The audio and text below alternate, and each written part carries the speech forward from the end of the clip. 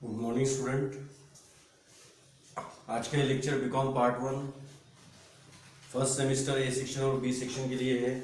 इसके पहले के लेक्चर में हमने देखा था, एक प्रॉब्लम देखा था जिसमें जर्नल एंट्री और ब्रांच अकाउंट प्रिपेयर करने के लिए बोला था। वैसे ही प्रॉब्लम, लेकिन थोड़ा फर्क है इसमें। पेज नंबर जो है, इसकी जो प्रॉब्लम है, आपके व्हाट्सएप ग्रुप पर जो डिस्क्रिप्शन है, आप डिस्क्रिप्शन को जब क्लिक करेंगे तब आपको इसके प्रॉब्लम का पीडीएफ मिलेगा। तो उसमें पेज नंबर जो है वो 560 पेज नंबर आपको देखना है। थोड़ा प्रॉब्लम मैं बता देता हूँ क्या है। तो assuming that the goods are sent to branch at cost, पहले ये देखना है कि हेड ऑफिस ब्रांच को जो गुड्स बेचता है सेल करने के लिए वो काय पे भेज रहा है। तो ये ध्यान में रखना है कि काय पे भेज रहा है, at cost. Cash collected by branch is remitted to the head office, तो वो गुड्स जो सेल होंगे उसके बाद जो भी कैश मिलेंगी वो ब्रांच जो है वो हेड ऑफिस को वापस कर देती है। And expenses are paid by cheque from head office, और जो भी ब्रांच के खर्चे हैं, ब्रांच के खर्चे के लिए हेड ऑफिस चेक बेचता है। Prepare branch account from the following particulars showing the working note properly, जो भी कैलकुलेशन है वो रफ न करते हुए वर्किंग नोट बनाना है, ऐसा प्रॉब्लम में बोला है। ठीक है, ओपनिंग स्टॉक दिया हुआ है, गुड्स सेंट टू ब्रांच दिया हुआ है, कैश सेल्स दिया हुआ है, और बोला है closing stock could not be ascertain, मतलब क्लोजिंग स्टॉक दिया हुआ नहीं है, इसका मतलब है ये हमको कैलकुलेट करना है। But it is known that the branch usually sell the cost, लेकिन वो कैलकुलेट करने के लिए उसके लिए एक हिंट दी हुई है। वो हिंट क्या है? Branch usually sells at cost plus 20%, underline करना है। मतलब ब्रांच जो गुड्स सोल्ड करती है वो कैसे है? कॉस्ट प्लस 20%, इसको अंडरलाइन करना है। The branch manager is entitled to a commission of 5%, अब ब्रांच मैनेजर को 5% कमीशन है ऑन प्रॉफिट, लेकिन कौन सा profit? Before charging such commission, commission charge के पहले का प्रॉफिट, ध्यान में रखना, आफ्टर और बिफोर, ये बिफोर वाला है। In addition to yearly salary of ₹12,000, इसके अलावा बैंक मैनेजर को 12,000 सैलरी है, पगार है। Other expenses of the branch are ₹16,000, और बाकी जो खर्चे हैं वो 16,000 है। तो अब इसके पहले के प्रॉब्लम में जनरल एंट्री देखे थे, अब जनरल एंट्री हमको नहीं देखनी है, और अब डायरेक्ट जो है वो लेजर देखना है। तो डेबिट और क्रेडिट ये सीक्वेंस से चलेंगे। शुरुआत में दिया है ओपनिंग स्टॉक एट ब्रांच 60,000, तो ओपनिंग स्टॉक एट ब्रांच की एंट्री क्या किए थे अपन ने? Branch account debit to stock at branch account, यानी ब्रांच अकाउंट के डेबिट साइड में क्या लिखेंगे अपन? ओपनिंग बैलेंसेस, और इसमें क्या है? स्टॉक, और स्टॉक कितना है? 60,000, 60,000 का स्टॉक है। अब जनरल एंट्री नहीं करना है, डायरेक्ट लेजर देख रहे हैं, तो ओपनिंग स्टॉक एक ही इसमें बैलेंसेस में कितना है? 60,000। Goods sent to branch, goods sent to branch की जनरल एंट्री क्या किए थे? Branch account debit to goods sent to branch account, यानी ब्रांच अकाउंट के डेबिट साइड में goods sent to branch account, कितना है अमाउंट? 1,80,000। उसके बाद में कैश सेल्स, कैश सेल्स की एंट्री क्या आती है?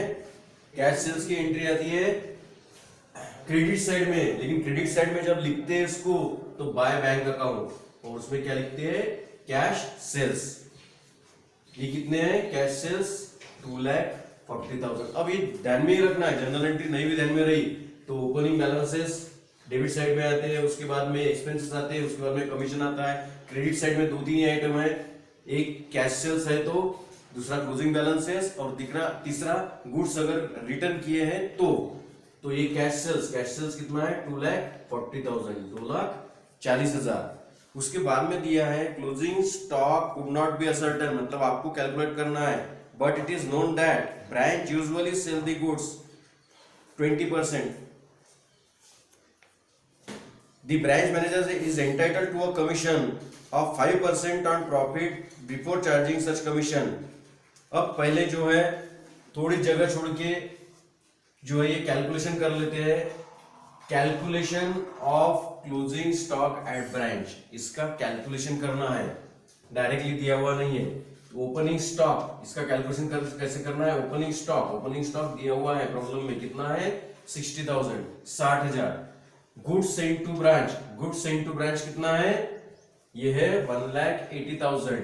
अब टोटल इसकी कॉस्ट क्या हो गई, 2,40,000 minus cost of goods sold. अब कॉस्ट ऑफ गुड्स सोल्ड कैसे कैलकुलेट करना है, total cost of goods Saint वो है 2,40,000 multiplied by 100 divided by 100 plus rate, 100 plus rate, और रेट कितना है, कॉस्ट प्लस 20%, मतलब रेट कितना है 20। तो क्या आ गया यहाँ पे 2,40,000 multiplied by 100 divided by 100 plus rate. यहाँ पर रेट लिखा नहीं, डायरेक्ट 20 लिखे, 20 क्या है, ये रेट है। तो इससे आगे की स्टेप क्या है, 2,40,000 multiplied by 100 divided by 100 plus 20, ये 120। तो ये कितनी आती है इसकी कॉस्ट, 2 लाख। अब 2,40,000 माइनस 2 लाख कितने बचते हैं, 40,000, जिसको बोला जाएगा क्लोजिंग स्टॉक। ये कैलकुलेशन थोड़ा ध्यान में रखना है। क्या बोला है, क्लोजिंग स्टॉक जो है पैराग्राफ में दिया है, closing stock could not be ascertain, calculate करके दिया हुआ नहीं है, but it is known that branch usually sell the goods. ये अंडरलाइन करना है आपको, ब्रांच कैसी गुड्स को सोल्ड करती है, कॉस्ट प्लस 20%, यानी जो भी कॉस्ट है उससे ज्यादा लगाती है 20%। ठीक है, तो अपने को कॉस्ट पता नहीं, इसलिए कॉस्ट निकालेंगे। इसलिए कैसे निकालेंगे, opening stock 60,000 plus goods sent to branch 1,80,000, total आ गया ये 2,40,000 minus cost of goods sold. Cost of goods sold कैसे लिखेंगे, गुड्स सेंट का अमाउंट वो आया 2,40,000 multiplied by 100 divided by 100 plus rate, और रेट कितना है 20। तो इसके आगे की step 2,40,000 multiplied by 100 divided by 120, ये आता है 2,40,000 माइनस 2 लाख आए 40,000, जिसको नाम दिया क्लोजिंग स्टॉक। क्लोजिंग स्टॉक कहां पे लिखेंगे, ब्रांच अकाउंट के क्रेडिट साइड में बाय क्लोजिंग बैलेंसेस। अब क्लोजिंग बैलेंसेस में एक ही है स्टॉक, इसके पहले 2-3 थे, पेटी कैश थी, फर्नीचर था, अब इसमें नहीं है। क्लोजिंग बैलेंसेस स्टॉक ये आया 40,000। उसके बाद में डेबिट साइड में जो है क्या बचा है अभी, मैनेजर्स कमीशन। लेकिन मैनेजर्स कमीशन कैसा है, मैनेजर्स कमीशन के लिए दिया है the branch manager is entitled to a commission of 5% on profit. 5% on profit है, लेकिन ब्रैकेट में दिया हुआ है before charging such commission. Before charging such commission, पहले एक्सपेंसेस ले लेते हैं, एक्सपेंसेस के बारे में भी दिया है। In addition to yearly salary of 12,000, यानी मैनेजर को 12,000 जो है वो ईयरली सैलरी है, तो इसका जो है हेड ऑफिस चेक देता है ब्रांच ऑफिस को, और ब्रांच वैसे खर्चा करती है। इसलिए हमने क्या लिखा, टू बैंक अकाउंट अंडरलाइन की, उसमें क्या है सैलरी 12,000।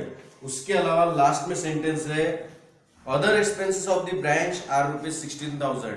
अदर एक्सपेंसेस के लिए पैसे दिए 16,000, तो इसी के नीचे अदर एक्सपेंसेस 16,000, दोनों की टोटल 28,000। उसके बाद लिखेंगे अपन managers commission, to managers commission. लेकिन ये मैनेजर्स कमीशन कैसा है, on profit before charging such commission, मतलब पहले ये साइड की टोटल ले लेंगे, वो कितनी है 2,80,000। 2,80,000 में से ये सभी अमाउंट माइनस कर लेंगे, 60,000, 1,80,000, 28,000, तो आते हैं 12,000। तो 12,000 पर 5% तो आता है 600। कैसे निकाला हमने कमीशन, पहले ये साइड की टोटल ले ली, वो आती है 2,80,000, उसमें से माइनस 60,000 किए, माइनस 1,80,000 किए, माइनस 28,000 किए, वो बचते हैं 12,000। ठीक है, तो 12,000 पर कमीशन कितना देना है, 5%। इसलिए लिखा टू मैनेजर्स कमीशन, समझने के लिए 5% ऑन 12,000, तो कितना आता है 600।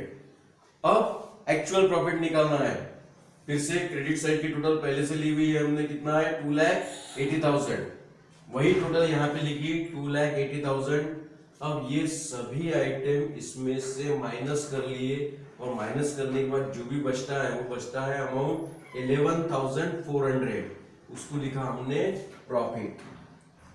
अब ये कहां ट्रांसफर करना है, transfer to general profit and loss account 11,400।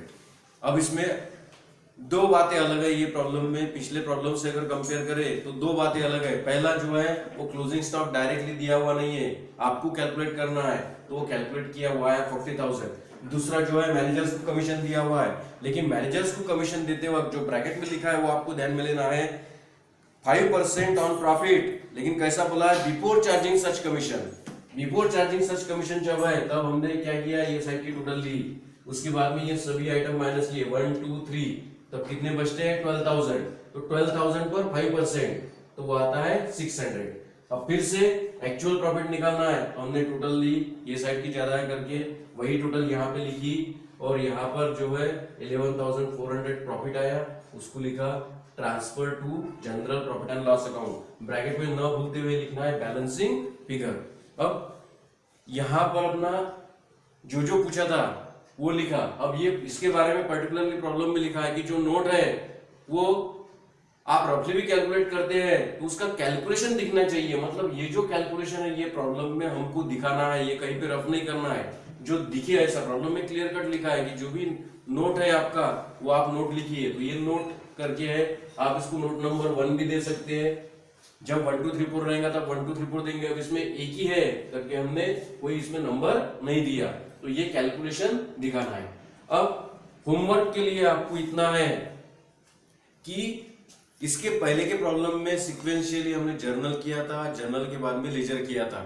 अब एक बार जर्नल हो गया, जर्नल एंट्री हमको ध्यान में है तो डायरेक्ट लेजर कर सकते हैं, लेकिन आप प्रैक्टिस के लिए लेजर हमने सीख लिया है, अब आप इसकी जर्नल एंट्रीज प्रैक्टिस के लिए कर सकते हो। वैसी जर्नल एंट्रीज आएंगी, ओपनिंग स्टॉक की आएंगी, उसके बाद में गुड्स सेंड टू ब्रांच की आएंगी, उसके बाद में cheque send to branch for expenses वो आएंगी, उसके बाद में कैश सेल की जर्नल एंट्री आएंगी, उसके बाद में कमीशन की एंट्री आएंगी, उसके बाद में क्लोजिंग बैलेंसेस की एंट्री आएंगी। तो जो भी जर्नल एंट्रीज है अपनी एक प्रॉब्लम में भी हुई है, और आपको अलग से जो पीडीएफ दिया है उसमें भी जर्नल एंट्रीज है। तो आपका ये काम है कि भले ही लेजर हमको समझ में आया है, लेकिन एक बार इसकी जर्नल एंट्री भी करके देखिए और इसकी प्रैक्टिस करिए। बाकी नेक्स्ट लेक्चर में कंटिन्यू करेंगे। Thank you.